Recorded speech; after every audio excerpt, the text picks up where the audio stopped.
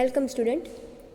અગાઉના વિડીયો લેક્ચરમાં આપણે ઇન્ડિયન ઇકોનોમિક્સમાં યુનિટ નંબર 2માં ખેત પેદાશની વેચાણના ખામીઓ, ખેત પેદાશની વેચાણ વ્યવસ્થાની ખામીઓ વિશેનો ક્વેશ્ચન છે એ જોયો હતો. આજના લેક્ચરમાં આપણે ખેત પેદાશની વેચાણની ખામીઓને દૂર કરવાના પગલાઓ વિશે જોઈશું.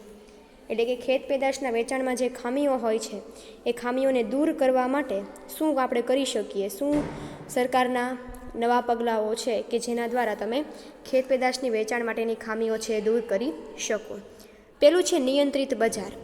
નિયંત્રિત બજાર એટલે શું? તો કે ભાઈ જ્યાં જે બજારમાં ગેરરીતિ કે ભાઈ અવ્યવસ્થા હોય, એ અવ્યવસ્થા ચાલતી હોય એને દૂર કરવાનું અને એક ચોક્કસ નીતિ નિયમોવાળું નિયંત્રિત બજાર છે એ સરકારે રચવું જોઈએ, કે જેમાં ખેડૂતો પોતાના ઉત્પાદનને જ્યારે વેચવા માટે લાવે ત્યારે ખેડૂતોને પોતાના ઉત્પાદનનો યોગ્ય ભાવ મળી રહે અને એક ચોક્કસ રીતે સરકારના જે કંઈ પણ નીતિ નિયમો હોય, કેન્દ્ર સરકાર હોય કે રાજ્ય સરકાર હોય કે જે કોઈ પણને સત્તા સોંપવામાં આવી હોય તે તેના નિયંત્રણના આધારે છે વ્યવસ્થિત કામ કરે. એટલે કે ચોક્કસ નીતિ નિયમોવાળું નિયંત્રિત બજાર છે એ ખેત પેદાશની વેચાણ વ્યવસ્થાની ખામી દૂર કરવા માટેનું પહેલું પગલું છે.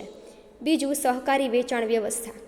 સહકારી વેચાણ વ્યવસ્થામાં શું હોય? તો કે ભાઈ સહકારી વેચાણ વ્યવસ્થામાં ખેત પેદાશોના બજારોની વિવિધ ખામીઓને લીધે ખેડૂતોને પોતાના માલનું યોગ્ય વળતર મળતું નથી. એટલે કે જે કાંઈ પણ વિવિધ ખામીઓ છે એના કારણે ખેડૂતોને પોતાનું યોગ્ય વળતર નથી મળતું.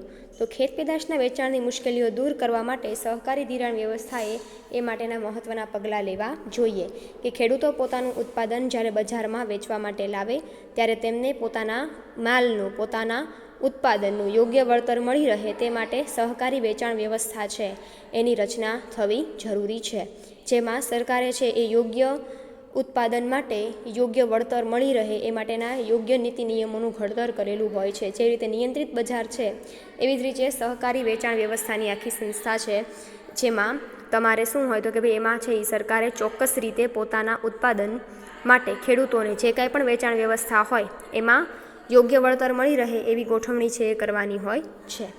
ત્રીજું છે ગોદામ વ્યવસ્થા.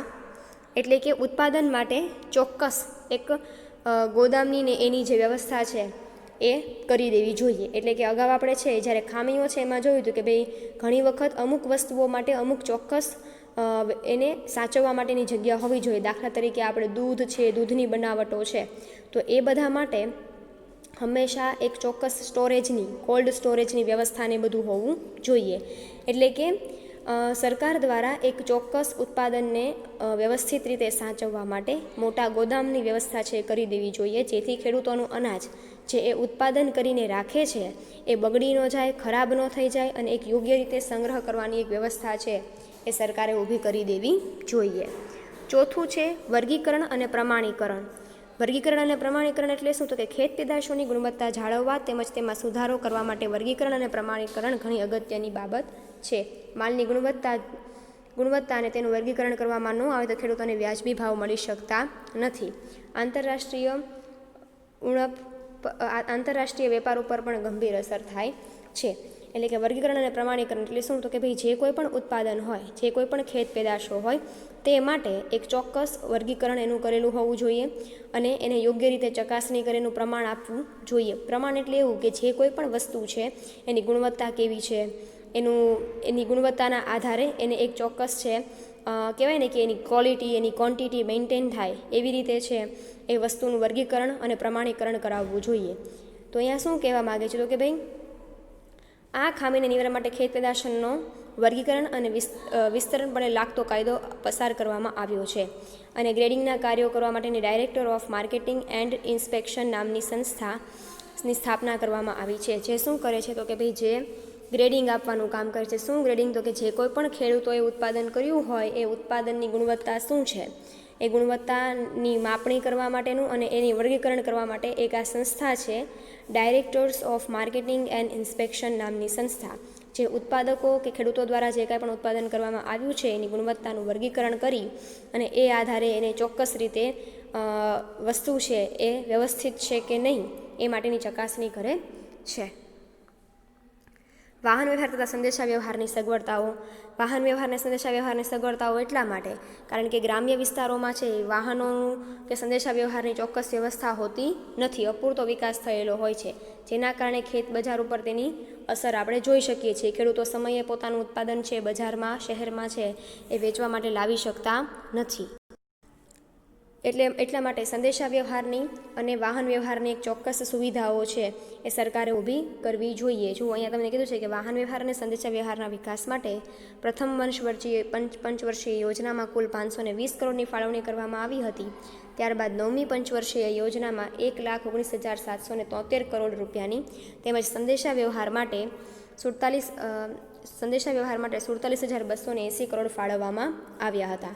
શું કામ? તો કે ભાઈ સંદેશા વ્યવહાર અને વાહન વ્યવહારની સુવિધાઓ છે એ ખેડૂતો માટે જરૂરી છે, કારણ કે ખેડૂતોને પોતાનું ઉત્પાદન ગ્રામીણ વિસ્તારમાંથી શહેરી વિસ્તારમાં જો સારા એવા ભાવ અને બજારમાં વેચવા માટે લાવવું હોય તો વાહન વ્યવહારની સુવિધા ખૂબ ઉપયોગી છે. એટલા માટે સરકારે દર વર્ષે પંચવર્ષીય યોજનામાં પણ સંદેશા વ્યવહાર અને વાહન વ્યવહારની સુવિધાને વધારવા માટે દર વર્ષે છે એમાં કરોડો રૂપિયાની ફાળવણી છે સરકાર દર વર્ષે શું કરે છે, વધારતું જાય છે, જેના કારણે ખેડૂતોને યોગ્ય રીતે પોતાનો માલ છે એ ગ્રામીણ વિસ્તારમાંથી શહેરી વિસ્તાર તરફ લાવવા માટે મદદરૂપ થઈ શકે.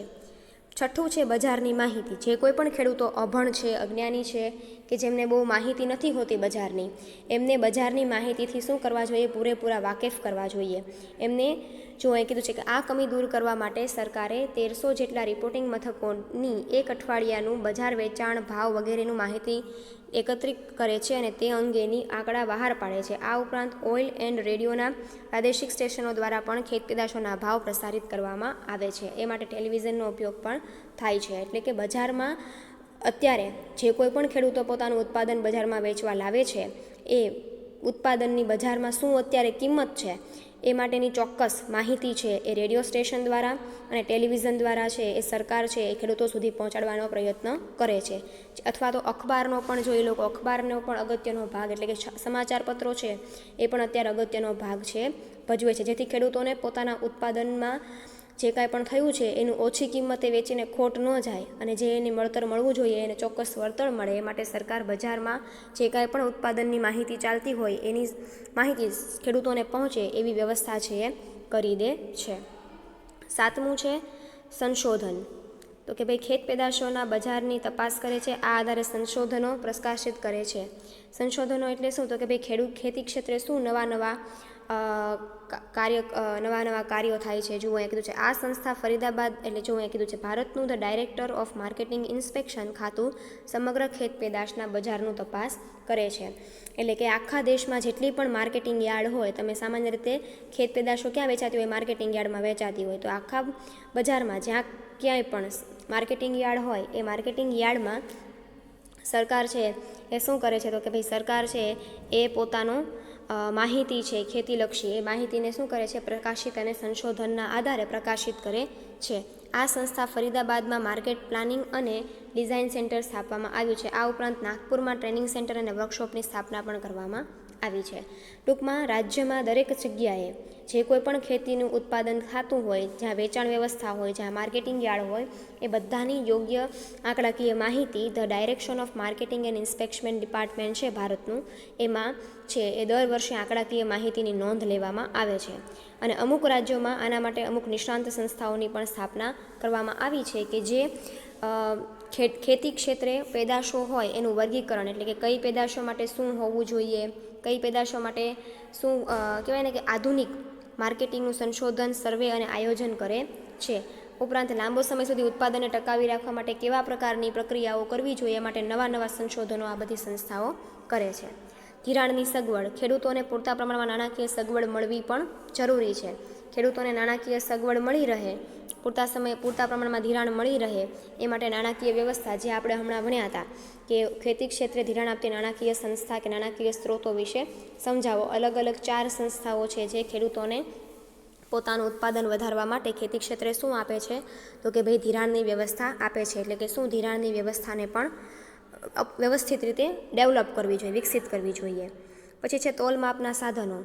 એટલે કે ખેત બજારમાં તોલમાપના સાધનો સમગ્ર દેશમાં એકરૂપતા જળવાઈ રહે તે હેતુથી 1959ની મેટ્રિક પદ્ધતિ દાખલ કરવામાં આવી છે. 1960ની આ પદ્ધતિ સમગ્ર વેપાર માટે ફરજિયાત બનાવવામાં આવી.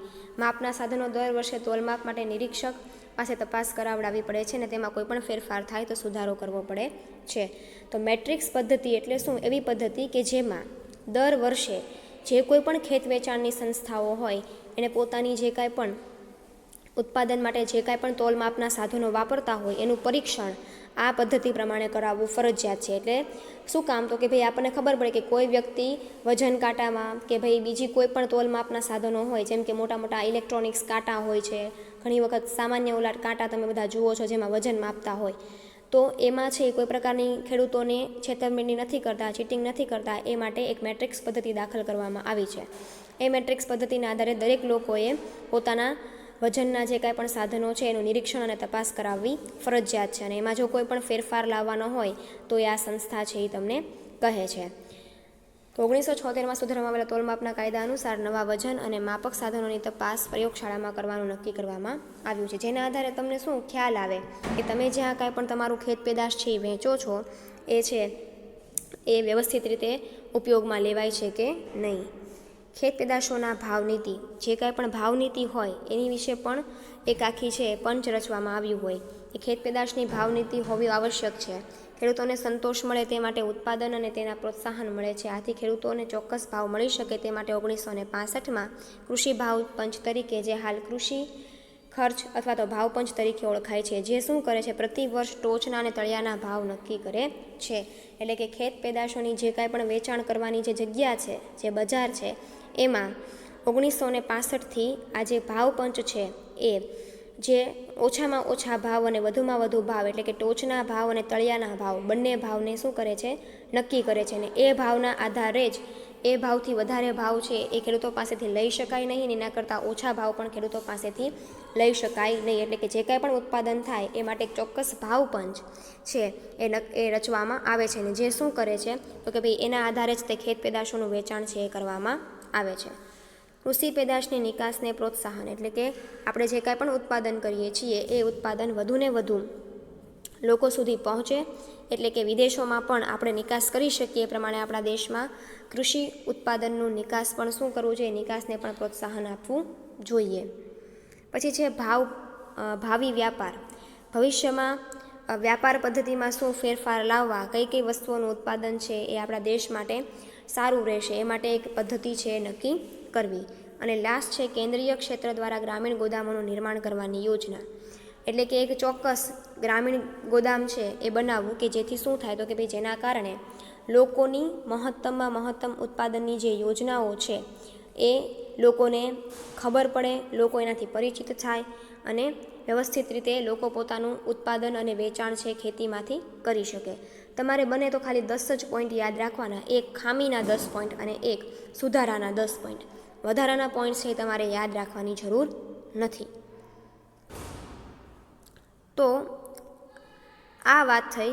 આજે આપણે જોયું ખેત પેદાશોના વેચાણ વ્યવસ્થાની ખામીઓને દૂર કરવાના પગલાઓ.